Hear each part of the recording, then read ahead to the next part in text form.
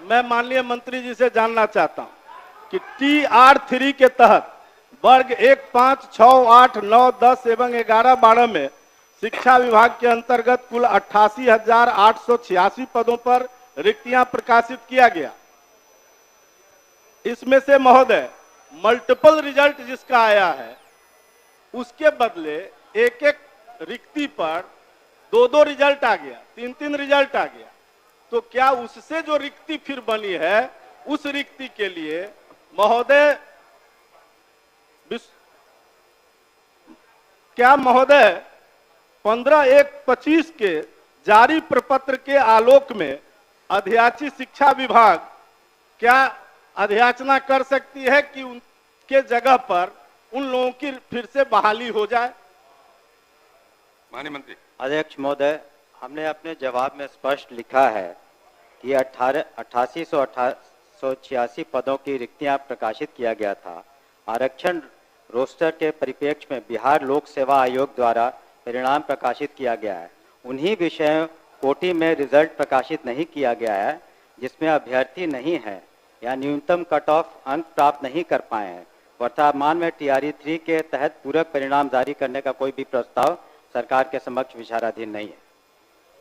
तो स्पष्ट है, जब कोई अभ्यर्थी नहीं है। नहीं, अभ्यर्थी है महोदय। अरे अभ्यर्थी है, नहीं है तो 6 से 7,000 महोदय, 6 से महोदय 6 से 7,000 तो ऐसे अभ्यर्थी हैं जिनका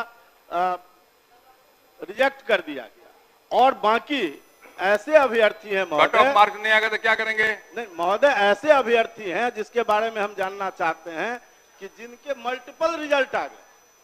मल्टीपल रिजल्ट आने के कारण उसमें से कई लोग छट गए, तो जो छठे जिस स्थान पर से उतनी रिक्ति फिर रह गई, उस रिक्ति पर लोक सेवा आयोग ने अध्याचना किया है कि शिक्षा विभाग अगर ये अध्याचना करे, उन्होंने अपने पत्र में स्पष्ट किया, वो पत्र भी मेरे पास है महोदय, यही वो पत्र है, और उसने मांगा है कि अगर शिक्षा विभाग ये अध्याचना करे तो हम उस पर बहाली करने को तैयार हैं। तो क्या शिक्षा विभाग अध्याचना करना चाहती है? माननीय मंत्री, सीधा जवाब भी है कि तत्काल उस पर कोई हम लोग विचार नहीं कर रहे हैं। धन्यवाद। क्या बोलिए? ये जब विज्ञप्ति आई थी महोदय, तो उस समय अभ्यर्थियों से प्राथमिकता लिया गया था।